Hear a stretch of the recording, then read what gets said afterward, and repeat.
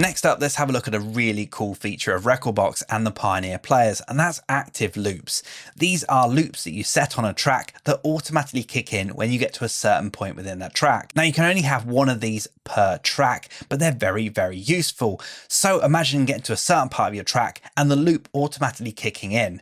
Now there's a whole load of different ways you can use this, but the way that I usually suggest using it is using it at the end of a track. So say for example, you have a short track. We have a short track here. It's 3.5 minutes long. And when we get to the end of the track, there's only about 30 seconds worth to mix out. There's only a very short outro. Now that's not too much to mix out of. So usually what you probably do is put it into a loop. So you then had more time to mix out of the track.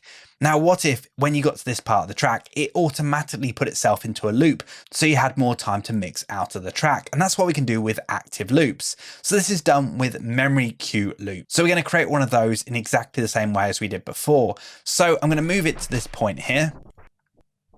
I'm going to hit the cue button. I'll move the cue to there. Then I'll create a loop. We're going to do it over 32 beats. I'll hit the cue button just to stop it, and then I'll put that memory point within there. Now we can see that we have this loop saved on this memory point, but this isn't going to work as an active loop just yet. There's two things that we need to do. The first thing we need to do is actually hit this loop icon here. This sets it as an active loop. So at the moment it's orange. If I hit it, it will then turn red. That means it's now an active loop. And we also need to turn on active loops as well from this little menu here. So if I hit this menu here, and then we go to active loop playback and turn that on. By default, this is turned off, but if you turn it on, then it will now work. So what I'm going to do is I'm now going to come out of that loop. I'm going to turn that loop off. And if we start the track playing about here, we'll see the magic happen.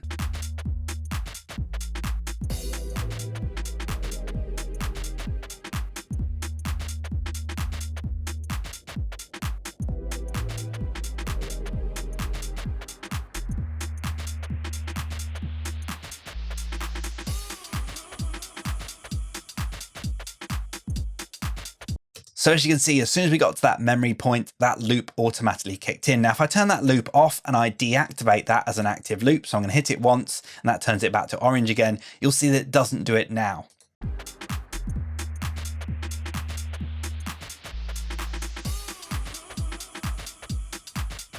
So as I say, you can only set one of these per track. So say, for example, if I have another loop here, so I'm going to set another cue here. I'm going to set it to loop.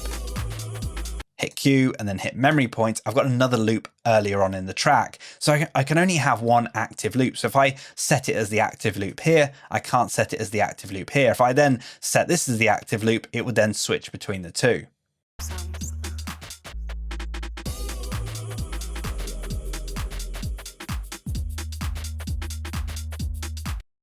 So as you can see, this is a really, really handy feature and you can use it in any which way you want to. So say, for example, you have a part of the breakdown that you really like. Well, what if it automatically went into a loop when it got to that point? That's just one way you could use active loops. But as I say, my favorite use is usually at the end of the track, just to make sure that that track lasts a bit longer so you have more time to then mix out of it.